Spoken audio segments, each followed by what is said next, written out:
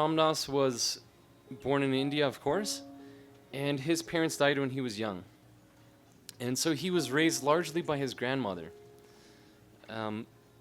One can imagine the psychological effects it might have when your parents die and you're raised by your grandparent.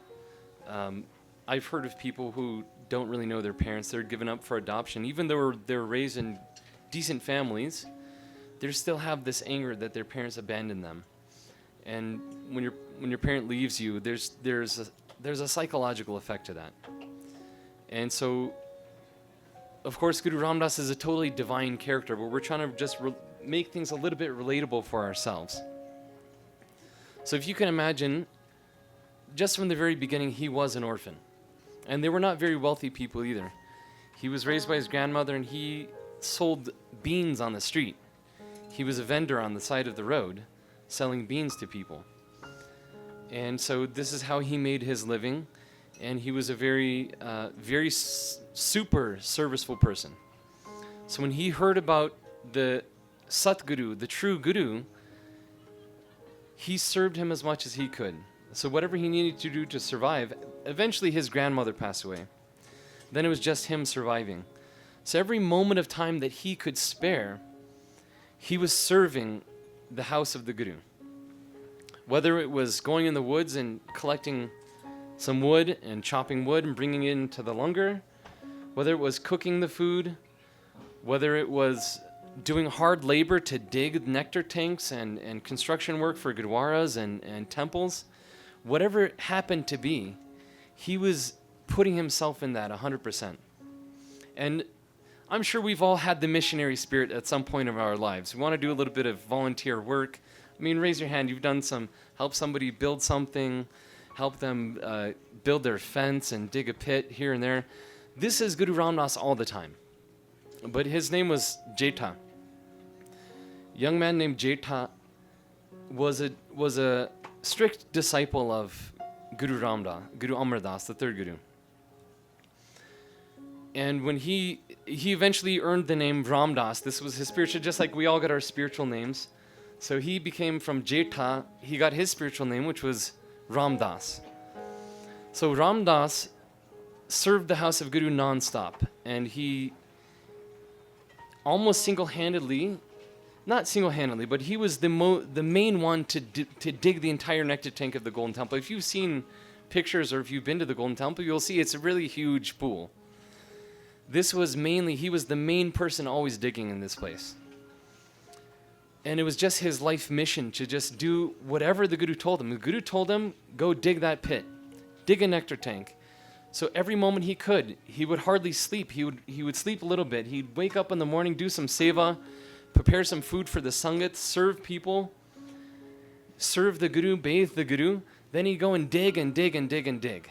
Today, manual labor is not necessarily the most prestigious work. And you'll see people digging pits, and a lot of times we condescend to them. And the same thing back in those days. A lot of people didn't consider that he was anything. His own family, who were from Lahore, so now they were several hundred miles away, so they all lived in a different place. So his aunts and uncles and cousins lived. Time they came to visit him where he was, or they came to visit the Guru and this whole scene, and of course this young boy, Jetha Ramdas, was there. And when they saw him, he was carrying dirt on his head, because this is what he would do all day. And so his kurta had been soiled. He had all kinds of dirt dripping down, and he had mud on his face, and his whole nice clothes were dirty, and they just thought, what a waste. It's, especially in India, they always want you to become a doctor, engineer, or what's the other one? Or a lawyer, yeah. Everybody knew. You got to be a doctor, engineer, or lawyer. This is to move the family name on. It's all about honor and family name. And here is this guy carrying on the family name. He's basically homeless, and he's carrying dirt on his head. He's a stain on the whole family name. And when they saw him dirty, the first moment they saw him doing basic labor, they were disgusted with seeing him. And they said, it would be better if you were not born. This is the family reunion. You know, Merry Christmas. Would have been better if you were not born. So it's not that, you know, today Guru Ram Das is the Lord of miracles. Today Guru Ram Das, we all basically worship Guru Ram Das. We pray to Guru Ram Das. Back then, there were different people who saw him a little bit differently. Would have been better if you were not born. So just today, how many people are doing seva and somebody doesn't think very highly of them? This kind of stuff could be happening all the time in various ways. But the one thing that that Ram Das had going for him is that there was one person who did see who he was. His family did not see who he was. Maybe he didn't even have any friends who may be able to see who he was. God knows how many of the disciples of Guru Amar Das, the Sikhs themselves, only God knows how many of them could tell who this man was, this young man was.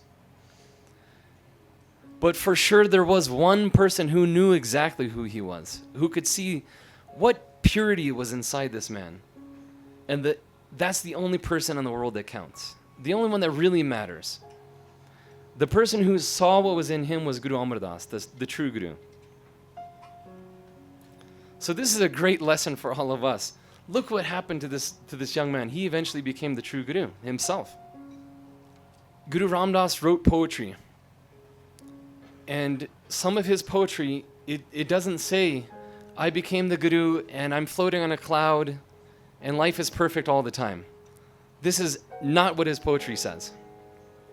He says, Hum rolte firte koi baat na puchta. It means I'm rolling around in the dirt and nobody even cares to ask for me. Can you imagine? Nobody cared for him. But the man who has so much love and service and selflessness in him, nobody cared for him at all. And he wrote that down. Koi baat na puchta. They don't even ask about me. It's like, just imagine you're at a family reunion, you come home, how are you doing? How are you doing? How are you doing? And they skip over the one person. They don't care. This is his condition. But then the Satguru cared. The Satguru did ask him how he was. He writes in his poetry, he says, Ho rahe na saka bin dekhe pritama. I cannot live without seeing my beloved. So instead of getting attached to how people treated him or didn't treat him, or being an orphan, or not being very rich and not exactly sure what to do in life, his focus was purely on the master. Forget everything else. It's just the master. That is the only important thing in life. Because the master knows who you are. It doesn't matter who people who are absorbed in illusion. What do you care what they think? They're going to have an illusory vision of you in the first place. You're going to ask advice from people who are absorbed in illusion. What kind of advice do you think you're going to get? Ask advice from the person who has no illusions. I cannot live without seeing my beloved. Water is coming from my eyes, flowing from my eyes. He has lines of Gurbani that say, I cannot sleep at night. I feel that I'm in the darkest age. Things are awful. It's this desperation that he has. Has anybody felt desperate before? In the end of the day, there's only one desperation. That's the longing to belong to God. There's only one pain, is the pain of separation between the individual soul and the universal soul. So don't think that I'm just a simple person and I have my dramas, I have my pain, I have my depression. You know what depression is called in Gurmukhi? It's called Bairag. It means I'm in a state of longing. I'm detached. They didn't say depressed. They said I'm dying to see my beloved. So this is his condition. The one who could see who he was married Ram Das to his own daughter. Ram Das became married to the daughter of Guru Amar Das. One day the wife of the true Guru, the true Guru, it's a huge thing. The Messiah is talking with his wife. And the wife says, we need to marry our daughter to somebody. Who should we marry him to? And the Guru says, well, you know better. What kind of man do you think is good for our daughter? And she happens to look out the window, and there's that one servant guy who's always serving beans on the side of the road. And she says, somebody very well-mannered like him, very spiritual guy like him. And this is Ram Dass. And he says, very good, let's call him in. He'll marry our daughter. She said, no, I don't mean him, but just somebody kind of like him. He said, there's nobody like him. He's the only one who is him. Call him in. He'll marry our daughter. So Ram Dass married the daughter of the third Guru. Can you imagine the greatest honor, being an orphan who nobody talks about and nobody cares about, and the greatest Guru in the world marries you to their own daughter? What a paradigm shift, as we can say in the modern age. We have to keep bringing it back to this day. We have sevadars. We have people who do service. In the Western culture, honestly, we do have a lot of insightful, heartfelt people, but as a whole, as a culture, we're a lot more attached to the outside. And the same back then. Who was the shining Sikh in the day of the Guru? Could have been somebody else. People are always betting on the different this person was going to become the next Guru, or that person is going to become the next Guru. Nobody expected when one day the true Guru called him on stage, said, Ram Dass, you come sit on stage. And Ram Dass, the servant, said, sir, I really don't want to. And the Guru said, I'm calling you, come sit on the stage. Why don't you want to come on stage? He says, because that's where you sit. If I sit there, then how am I going to look up to you as my Guru? It's mind-bending how much love Guru Ram Dass has. And he says, you're a student, you obey, you come sit on the stage. And the moment Ram Dass sat on the stage, he became the true Guru. He became the next Guru of the Sikhs, of the world. And the first act that he did was to cry. So here he has attained the greatest honor, even much greater paradigm shift than marrying the daughter of the true Guru. He became the next Guru himself. And he's sitting on the stage, the throne of the Guru. And he starts crying. And the Guru says, why are you crying in this time of celebration? And Guru Ram Dass says, because I can't forget those days I was walking in the streets. I'll never forget the days of my life where all I could do is have desperation to meet you and to serve you. I don't ever want to forget that. So he never stopped crying. Guru Ram Dass never stopped crying. He comes and sits on a stage and he's singing with Kirtan. Just imagine, you're coming to go see the Pope, you're coming to go see the President, you're coming to see the City Singh Sahib, Yogi Bhajan, the court, that they have, the sense of being with these great people. Imagine going in that court and seeing this person, this important person that you came to see, is sitting with the regular people while the musicians are playing music. And everybody's singing along, the musicians are singing. And the true Guru of the world is crying, singing music, sitting with you hand in hand. What's that going to do to your mentality? The consciousness of Guru Ram Dass is absolutely unfathomable. Guru Ram Dass now he became the true Guru. People are traveling from all over the world to see him. And they would come and they'd arrive in Amritsar. And there was a little, people are walking or on donkeys and goats, and God knows it's not the same as taking a 2-hour flight to go from LA to New York or whatever it is. It was very difficult to travel. And so the travel-weary people would have to stay some night, and the Sikhs would take care of them. And one beautiful Sikh would go to the pilgrims and take them into the house where they're going to stay, the free house that they're going to stay, serve them some water, give them some food, And then he'd wash their feet with his own hands. And then he had a very long beard, this one servant. So these people come in and they see these Sikhs are so serviceable. They're so beautiful. These disciples of the Guru, look how devotional they are. They're so hospitable. And then that servant washes their feet with water and then dries it off with his long beard.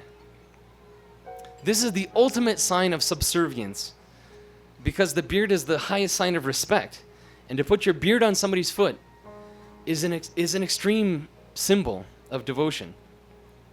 And that's something you would do, that a servant does to a king. So now, just a person coming to see the Guru, they're treated with this kind of respect because the pilgrim has that longing, has that pain of separation. So these pilgrims are very impressed with this Sikh of the Guru. Then the next morning, they come to the court of Guru Ram Das. They see it's that same person. He just washed our feet this morning. He just tucked us into bed. Then he changed his clothes and he came and sat on the throne. This is Guru Ram Das. Guru Ram Das is basically an unfathomable character. And so you're in the home of Guru Ram Das. You've come to the home of Guru Ram Das. So join him in being in this unfathomable place. Open yourself up to be with he who cannot, you can't. I've meditated, I've prayed, I've contemplated. I've never been able to reach the bottom of his feet where they land. You can't contemplate his thoughts, how far high they go. The depth of the inside of Guru Ram Das is so deep and so inner core. We can't reach these things that he is. He's higher and lower and more inside and more expanded than we can imagine.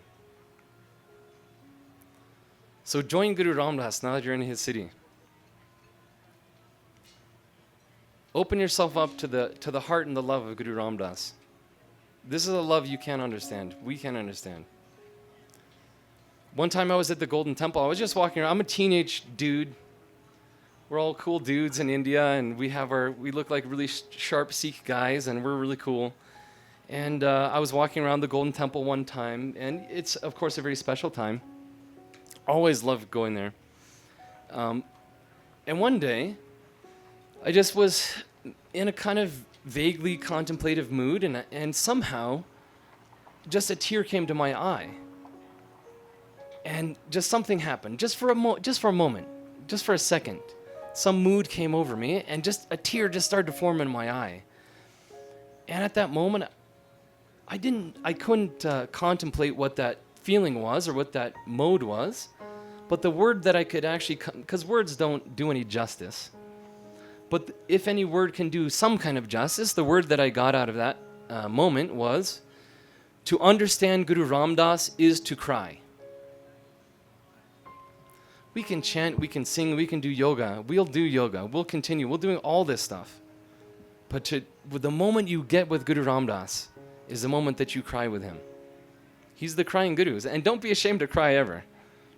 If you ever cry, feel that you're crying with Guru Ram Das in the way that he cried. In pure longing to be with God. It's pure longing to be with the Master. This is what is available for you here. I promise you he's here. And you can meet him if you open up to that.